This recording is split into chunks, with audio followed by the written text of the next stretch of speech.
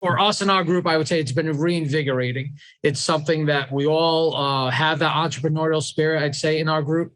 So to be able to not only have it inside of you, but to be able to express it outside, to brand yourself, to market yourself, to create certain niches, to tell your story the way it should be told versus what someone in some, corner office in some, major metropolitan cities telling you to tell it, for us is very powerful in the local market that we serve. So I would just say, don't be afraid of it. Embrace it. It's actually an amazingly rewarding experience for, once again, the people you serve. They become advocates for you. They congratulate you for taking on the responsibility of being a business owner.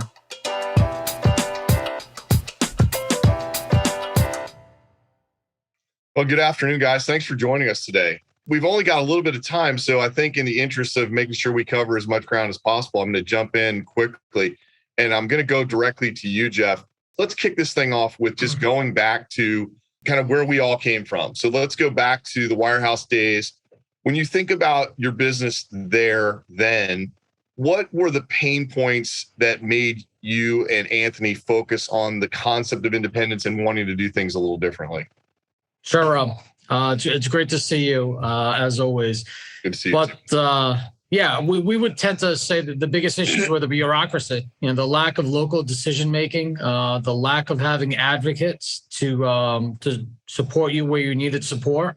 The answers were constantly no, that things couldn't be done a certain way, even though you knew them to be in the best interest of your clients. Firms that we came from were very regimented and thought that everyone had to fit into their mold, advisor, client, whatever the case may be, where that's clearly not the way we see our clients or see ourselves. So that was probably our main pain point, was that there was no one size fit all answer for us or for our people. And that's what led us to make the decision, or that's one of the reasons that led us to make the decision to independence. Yeah, I can hear all of that. TF and Dave, you like all the advisors here, you both have very long careers. Dave, if I remember correctly, you even had some time as a producing manager as well, right? So what are your thoughts on that question when you look back on it? Oh, we're talking about this in December of 2021.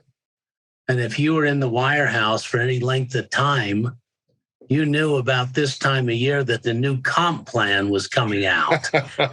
Yeah. And all the guys, I was the manager of the Morgan Stanley branch for the last 10, 15 years before I left there. And the talk always after Thanksgiving was, okay, how much are they cutting this year? Yeah. And I'm a slow learner. I was at the wirehouse for 37 years. And it was, just a little worse every single year. And you came to expect it.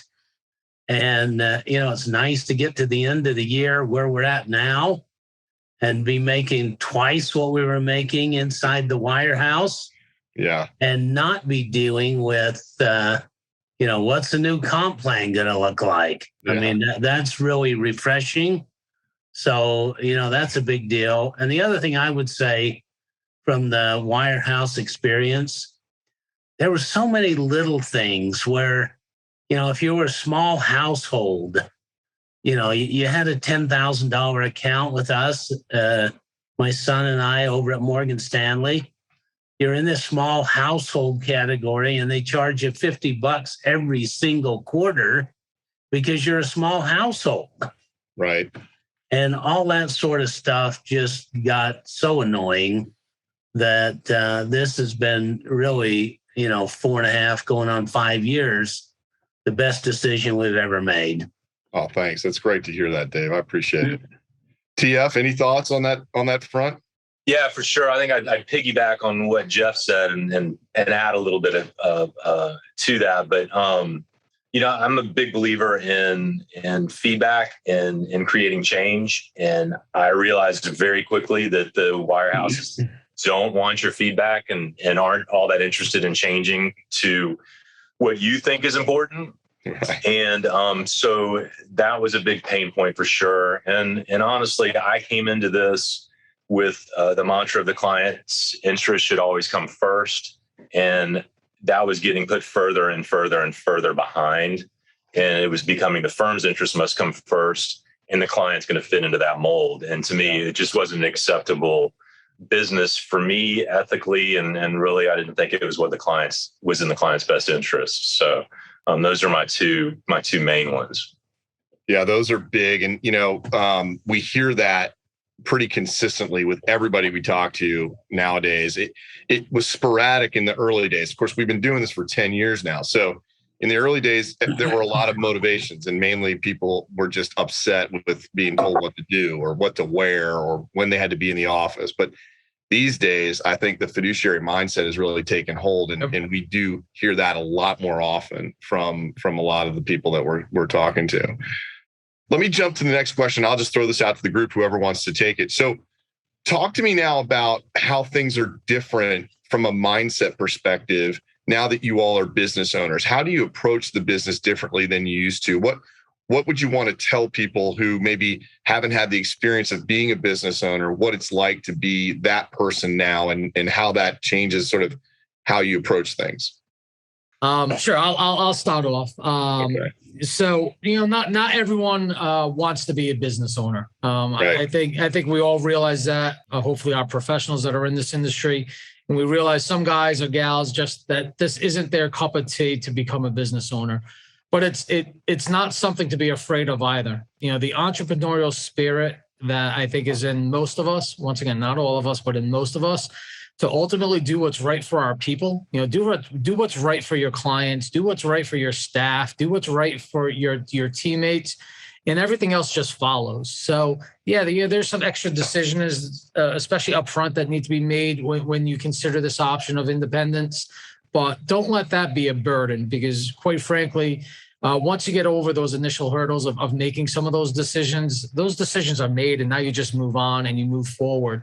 For us in our group, I would say it's been reinvigorating. It's something that we all have that entrepreneurial spirit, I'd say, in our group. So to be able to not only have it inside of you, but to be able to express it outside, to brand yourself, to market yourself, to create certain niches, to tell your story the way it should be told versus what someone in some corner office in some major metropolitan cities telling you to tell it, for us is very powerful in the local market that we serve. So I would just say, don't be afraid of it. Embrace it. It's actually an amazingly rewarding experience for, once again, the people you serve. They become advocates for you. They congratulate you for taking on the responsibility of being a business owner. And once again, you can craft your message any way that's in the best interest of your people. Yeah, I think it's well said, Jeff. Well, I was just going to say, I agree with what Jeff said, and kind of one of the most daunting things, and I didn't really realize it until we came over, but is how much freedom you have to do your own marketing and to design your office the way you want it to be done. And that being said, it takes me a bit out of my normal wheelhouse and comfort as far as doing marketing and stuff like that. But I've swapped those things for things that I hated doing at the wirehouses with the compliance stuff and, answering to people and not being able to do it the way you wanted to. So it's both a blessing and a curse, but I love it a lot more than what I was doing at the wirehouse. And learning to me is one of the most important things. And we're learning so many more aspects of actually running a business besides just kind of plug and play. And I've really enjoyed it. And I'm relatively new in this, but I'm really looking forward to that process and designing that more and being able to market myself and our brand and our firm the way we really want to. Yeah, agreed. And, I think what we try to do from our side of the deal, and I think you guys have all been a part of this in one form or another, is we try to make sure you don't feel like you're figuring this stuff out by yourself, right? That, we do have that 10-year track record of doing this, and we do have dozens of firms around the country, and we've done this every which way you can do it. And hopefully we've made almost every mistake you can make along the way, but not made the same mistake twice.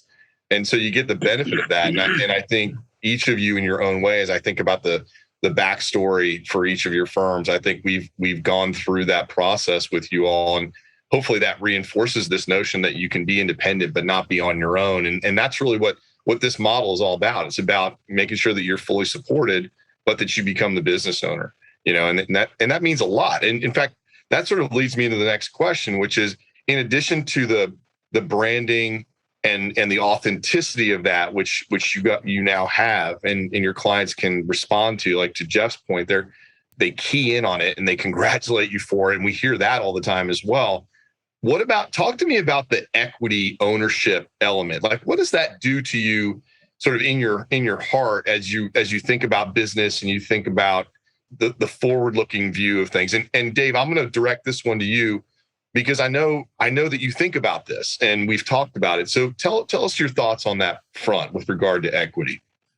I guess I'll back up just a little bit, because I wanted to say that one of the priorities that Casey and I had when we left the wirehouse and came over here is we wanted every single client to be better off at our new firm, at our new brand, than they were at a wirehouse. And without exception, I mean, we brought over almost 600 clients. Without exception, every single one of them was better off. Yeah. And what happens when you take care of your people, like we intended to do when we came over, all of a sudden they get it. And they say, hey, this is the same group that I've worked with for 20 years, but it's a new and improved group. And as a result of that, I'm sort of dumbfounded with the amount of referral that we've got. Mm-hmm. Just by treating people the right way and taking care of them. I mean, I'm sort of flabbergasted how much our assets have grown and how much word of mouth has come our way just because they know us and we're going to take care of people and do the right thing for them. Yeah. We would have been reluctant, Rob, to make a change without the support that your group provided. I mean, it was sort of, jumping out into the deep end of the pool. Yeah. But having someone who had our back, and we trusted you guys to do that to begin with, and you've made good on every single promise. And that's incredible. So, that's been really important. As far as equity in it, for us, both Casey and I mean, it's a benefit. I intend to pass my practice on to my son. Mm-hmm. But there's something marvelous about being able to build a practice that has doubled in value in 5 years, and you can keep growing it and keep doing it, and being able to pass that along to him, and then maybe him to his kids, or if he finds the right partner, 20 years down the road when I can't do it anymore. That's incredibly valuable to me. And being able to pass on a business and a clientele that I really care about. I mean, these were clients 35, 40 years ago. They are all dear friends at this point. Yeah. And so, building equity and taking care of people, all those are just tremendous benefits.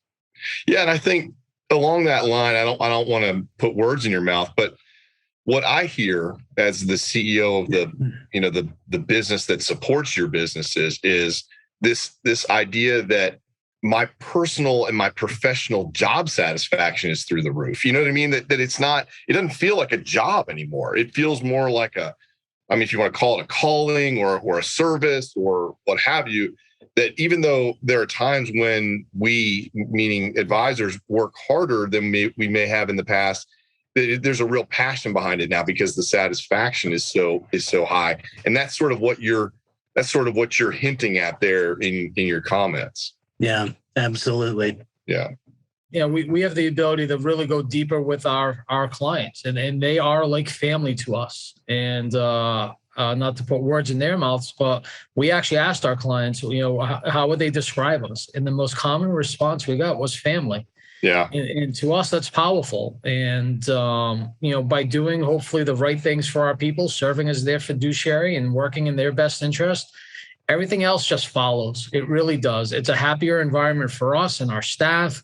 It's a great environment for our people that we serve. And along the way, we continue to build equity. And, I don't want to say that's ancillary because there's a lot of meaning to it, but whether that's as Dave described his situation with KC, or my own personal situation one day with my kids, or Anthony, my business partner, and his kids, if they become interested in the industry, to be able to take them under your wing without the pressure of what a wirehouse puts these younger folks through, I think is immensely powerful. And if that's not the way it goes, then we're here to serve our clients for as long as is right. And then the opportunity to monetize our practice in some fashion, internally with Kestra, externally with other firms. Ultimately, the choice is ours, and that's clearly a huge advantage of independence, right? I don't want to say we're the freedom fighters, but let's not kid ourselves here. But freedom reigns, and it's a great place. It's a great feeling, and it's a great place to be. And knowing that you and Scott and the whole PWS team are our advocates, as Dave said, if we jump into the deep end of the swimming pool, that you guys are there with a life preserver at the ready, just in case, to deal with the things that, quite frankly, coming from the wirehouses, we didn't either have experience dealing with, or good experience dealing with, or a knowledge base around. That we know that you and the team are there for us. Once again, it's hard to get better than that, guys. It really is. Thanks. Appreciate that. And you just basically hit exactly the sort of the methodology around putting this business model together, and what we've continued to try to build, which is a team of people that are passionate about treating you, the advisor, like the client. And that's what this team gets up every day to do. That's new, right? I mean, I think I spent a long time, as you know, being a financial advisor and a little bit of time in the management side. And I don't think I felt that anywhere in that business model that we would be the client at all, even though it was, the client and the relationship with the client that I think is the center of the universe. But be that as it may, well, that's what we're trying to shoot for. That's what we're aiming for. So when you say that, I take that as a great compliment to my team, whom I love dearly and who get up every day to really get after it on behalf of folks like you. No, you sure are. And I'll just interject one quick point. Yeah. I'm sorry, guys. I don't want to monopolize this. It took Anthony and I almost, quite frankly, we've been here 4 years. It took us almost 2 years to really get our hands around the concept and the fact that we're not employees, right? We don't work. You've always expressed it to us that you guys work for us, quite frankly. Right. And that's a different mindset, right? We came from a mindset for 20 years. We were at the wires, where not only were we employees, but almost someone had their finger on us at all times. Right. That just takes time to kind of unwind and relearn.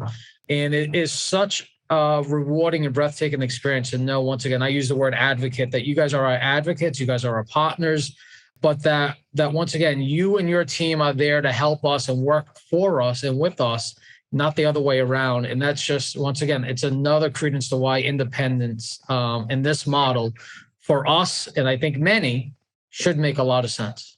I appreciate that.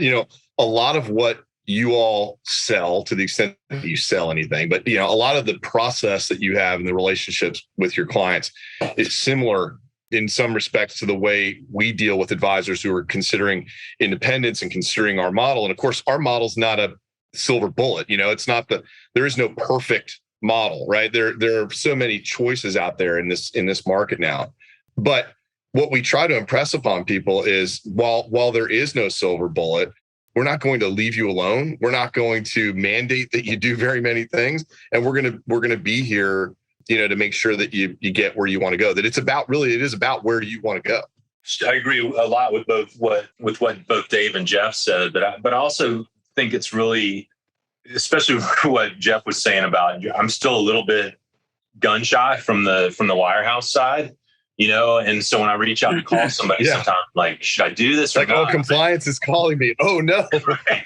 And to your point with compliance, it really is, they're here to help you and help you do things properly. They're not here to beat you and then beg for forgiveness afterwards. But the whole Kestra group and the back office, and we joined right before COVID, so we kind of had some limited face-to-face with people. But even so, like when you pick up the phone and call somebody, you know that person, you've had dealings with them in the past, and it's more of a family environment, really, as corny as that sounds. And I certainly couldn't reach out and text the CEO of my previous firm, and so that whole environment and just it's just a family environment that I've really enjoyed and really appreciated that. And y'all have done an amazing job with that. I appreciate you saying that. It's, what I was going to say before was it's such an intangible thing, when advisors are asking us kind of what separates us from the crowd.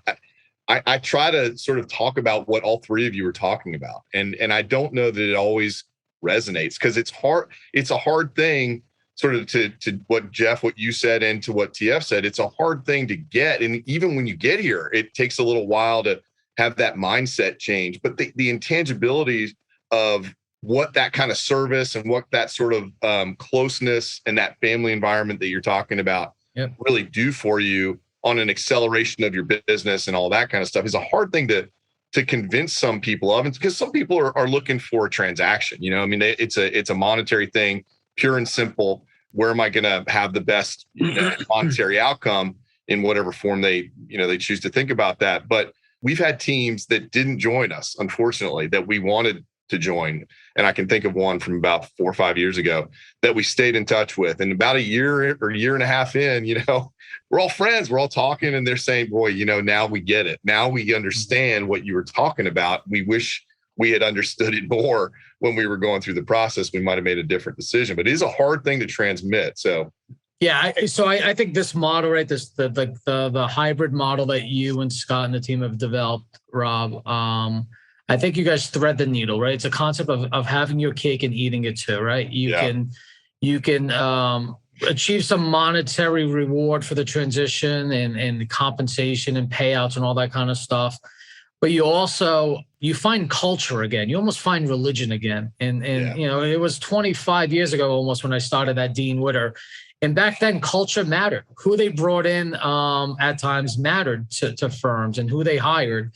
And that's what I see with you and Scott and the team, right? You guys aren't bringing on just any team. You guys are doing your due diligence. And so is, who's thinking of you guys. But yeah, that you're not just going to bring in anyone just because they can produce X amount of dollars wherever they're coming from. That culture does matter. It's too important to mess up. And I can't tell you how much I know Anthony and I appreciate that we've come to know guys like Dave and Casey and TF and so many guys throughout PWS. And we haven't come across anyone that would say, geez, what the heck are they thinking bringing that guy or gal on board? Or, hey, that was just a money deal. That person's, a blank piece of paper. But so I think, you guys deserve a lot of credit. We know it's not perfect, right? Anyone who's thinking about making a transition, if you think it's perfect, you got something else coming to you. It's work, but it's well worth it. And like I said, I would describe it as having your cake and eating it too. There's some monetary benefits for sure, short and long term. But I also think very, very powerfully that the culture of PWS is awesome. Well, thanks for saying that. I would tell you that the luxury that we have is to not have to be in a hurry. Dave can speak to this.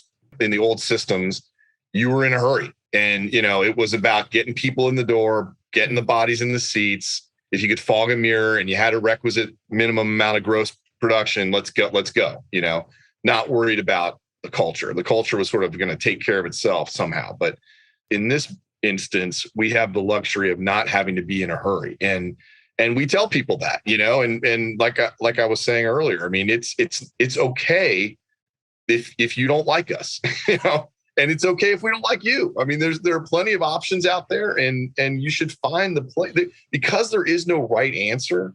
The right answer is who you fit with, what firm feels right to you very often outside of the economic issues, but that very often that's the right answer. And there's no apology needed or required for people that don't fit. But, there are too many fish in the sea on both sides of that for us, either side, to make a mistake on that front. So that's our core belief. One thing I was going to add, I think most advisors are like I was. You're trying to build equity in your practice, but the most you could contribute was like 18 or 19,000 to your 401k plan. Yeah. And I'm kind of amazed. And, we did that 401k contribution and we do a profit sharing match. But both Casey and I have been able to put in about $60,000 a year. So in 4 years, I mean, we're building $250,000 equity just funding our retirement plans. Yeah. And you contrast that where we might have been able to put 60 or 80,000 in at the wirehouse, and we put it in pre-tax. Yeah. So we have a lot of flexibility as to what our taxable income is by making profit sharing contributions and that sort of thing. And so you're building equity in your practice every single year as you fund your own, investment vehicles. And I think that's awesome.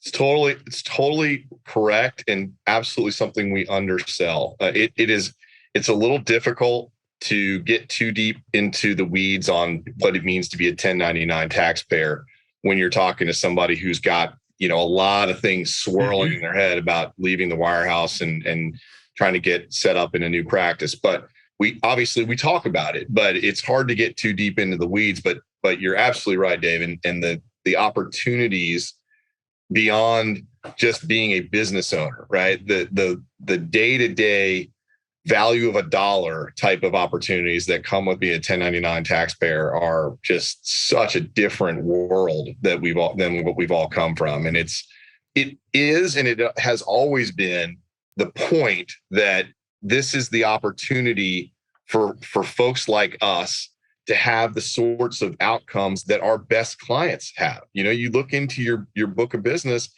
very often your best clients are people that own or bought or sold businesses. And you start to, once you get out here and you start doing this, you begin to have a real full appreciation for why they were so successful, because there are just so many advantages that we couldn't tap into as employees, in the old firm. So I appreciate you bringing that up. And one thing I'd add real quick is when I went through this process, I probably interviewed 30 different firms. And the main important thing to me was it needed to be a place where I felt comfortable and that I knew my clients would feel comfortable. And in Kestra, as I drilled down, really felt that way. And a big part of that was on the private wealth side, we all came from this, not necessarily the same firm, but from the same environment and had the same pressure points. And we kind of we're not all in the same office, but we have a group of peers that have been through the same thing. We're all ex-wirehouse guys. We all have similar books of business. And that was really important to me coming across, was that, these are actually my peers. I'm not way ahead of these guys or way behind these guys. We're all kind of the same. We're all in the same boat. Yeah, that's a fascinating point. And it's probably something that I've just begun to sort of take for granted. And I forget that matters. And that frankly, there aren't that many models like ours that have that sort of consistency out there where that's the case. So I appreciate you mentioning that. I just think there's so much to tell people about the advantages of the independent model. I think the key word for us is flexibility, right? Whether it's on your 1099 and your taxes, whether it's on how you want to brand or market yourself, whether it's how you want to design and lay out your office, whether it's the technology or the software packages you want to use, whether it's the strategies you want to employ. The one word I think that resonates with us is flexibility. That this model, and there's many different models, agreed, but this does have some uniqueness for sure. That it, in our eyes at least, gives us the best of many worlds, even yet not perfect. Once again, there is no such thing, but it allows us as business owners to kind of achieve maximum flexibility. And that, I think, for us at least, allows us to do things in the best interests of our people. And that's as good as it gets for us. Yeah, I agree. I absolutely agree. No, I was going to say, I don't think I could say it any better than Jeff just did. Yeah. Where having the support for the things you really don't want to do on your own, but having the support from Kestra, but being able to do everything you really want within your own practice and being as flexible as you want to do, those are just outstanding benefits. Yeah. Yeah. It brings to mind a quick story. So right after COVID, travel sort of reopened. The first place I went, coincidentally, was out to Ponte Vedra to visit TF and his dog there. I started there because I just was going to hit all the offices on the Atlantic coast of Florida. So I started on the north side and then just worked my way down south. And every stop that I made, I think this would be a universal comment, but at every stop that I made, somebody in the team, in the firm, said something like, thank God we had our own office during COVID.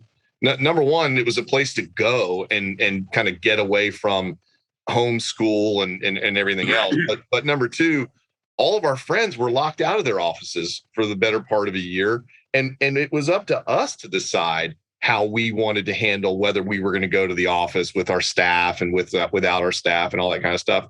And it was obviously we never want to go through that again for all the reasons that we never want to go through that again. But it was an interesting moment of revelation for me to this point about flexibility and control and autonomy. And it was so consistent. And I bet if I could have hit, all 40 plus offices around the country in the same week, I probably would have heard that everywhere I went. It was so consistent. So, Rob, ironically, last night I ran into friends of ours, Anthony and I, that we used to work with years ago. They're at another wirehouse still, and their office is still not open. That's unbelievable. For them to go into. The manager goes in one day a week. The assistant branch manager goes in one day a week. They rotate the assistant staff one day a week to cover some phones. But advisors are not allowed to enter the office. And we're 22 months into this pandemic. So once again, it goes back to me, at least the flexibility. If you want to work from home like I am this afternoon, you can work from home. If you want to work from your office where I was this morning, meeting with clients, you work from your office. Right. Once again, however is best for your clients and your practice, have at it. Just do it right. And have some fun along the way. We're all for that as well. That's right. But yeah, do it right. And everything else, like I said, really does take care of its place. But it was shocking to us yesterday having that conversation that these guys are still not allowed to go back into their branch offices. That is just unbelievable. Yeah. And it was even more than that. A lot of them were even allowed to see clients face to face. Yeah. Until the offices were reopened. Wow, that's wild. It's wild. But you're still paying 60% to the man. Right. Yeah. They didn't change that. Go figure. Go figure. Yeah. Well, look, I know we're a little over time here.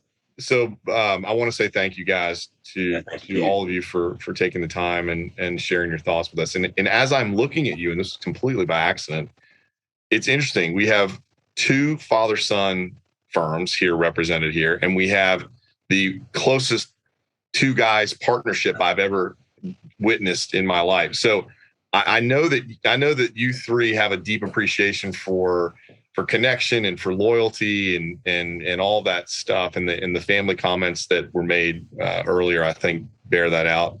It's great to work with great people. And I can't overstate that. And to the point that I think was Jeff made earlier about, who comes aboard and who doesn't. This is all kind of a great example of that. And I think maybe that's another luxury that Scott and the team and I have. And that is not that we're, intentionally keeping anybody out, but we're also intentionally bringing people aboard. And that tends to be people that we want to work with and that share our values and, have a cultural alignment with us. So I appreciate each of you from that perspective. I will wish you all a happy holiday season's greetings, and thank you again for your time today. Really, really do appreciate you sharing your thoughts.